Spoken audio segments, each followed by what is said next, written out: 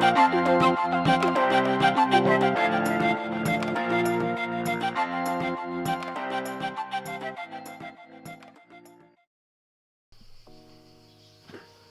tout le monde, j'espère que vous allez bien.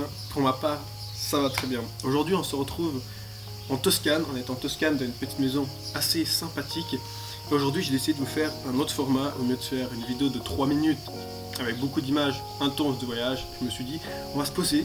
Je vais vous raconter un peu les vacances, les activités que j'ai faites, où j'ai été manger, etc. Je pense pour moi que c'est un petit format un peu plus sympa pour les vacances. Du coup, on commence tout de suite.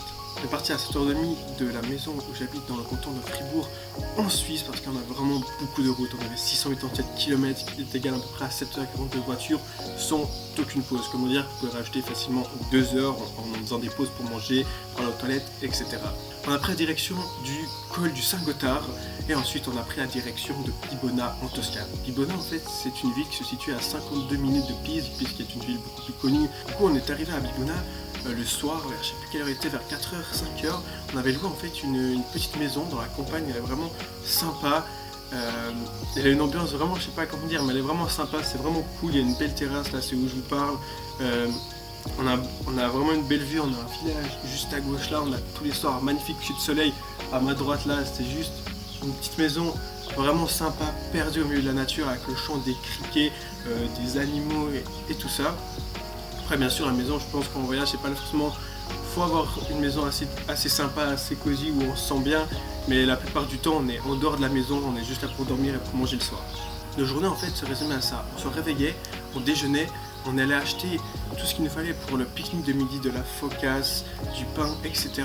On allait aussi chercher chaque matin les pâtes fraîches qu'on commandait la veille. Et ça je pense c'est juste une tuerie d'aller dans ces petites boutiques, ces petits artisans qui font leurs pâtes eux-mêmes, il n'y a vraiment pas plus frais.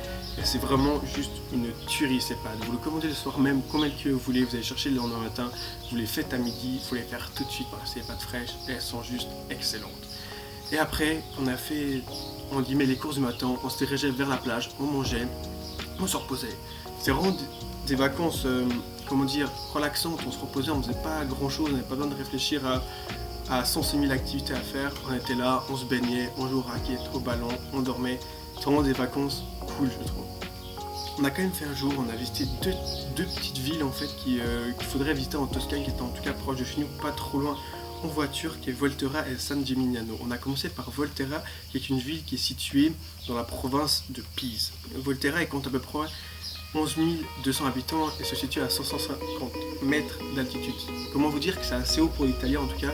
Et vraiment, on avait un point de vue assez joli sur tout le plateau, c'était pas une vallée, je sais pas comment dire ça, mais vraiment sur tout le plateau, c'était vraiment sympa. C'est ces petites villes touristiques avec plein de petites ruelles sympas, avec des petits marchands, des petits artisans de vin, d'huile d'olive, etc. Et bien sûr, des petites boutiques touristiques et aussi des petits restaurants vraiment sympas.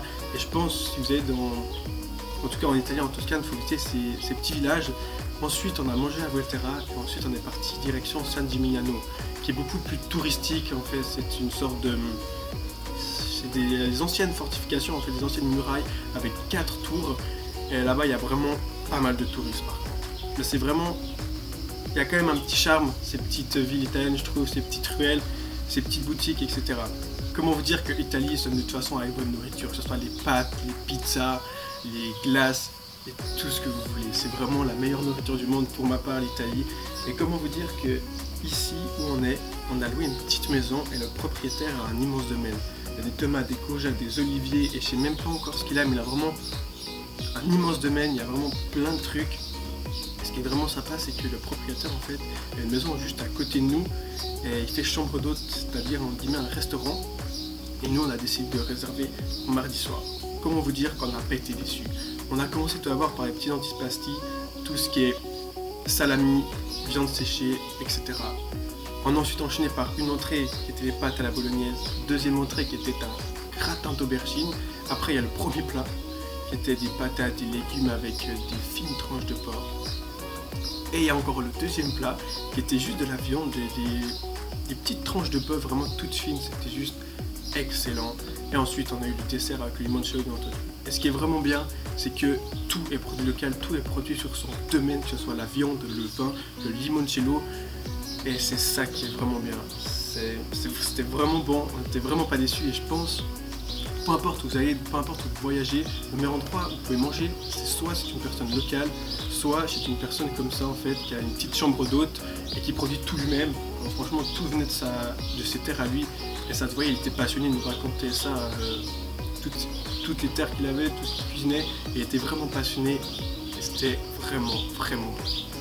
Comme on dit, toute bonne chose ont une fin. On est jeudi matin, il nous reste encore tout le jeudi après-midi, puis encore tout le vendredi où on va aller faire de la plage, je pense.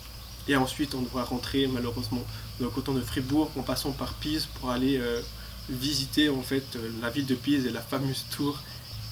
Bon du coup je suis désolé mais je vais faire un peu mon speech comme un peu tout le monde. Si vous kiffez la vidéo, mettez un petit like. Si vous l'aimez pas, ben, vous avez le droit de mettre des dislikes, hein, vous êtes libre. Et si vous voulez, vous pouvez vous abonner. Puis n'oubliez pas, éclatez-vous en photo, éclatez-vous en vidéo, kiffez ce que vous faites. Puis voilà, ciao les gars.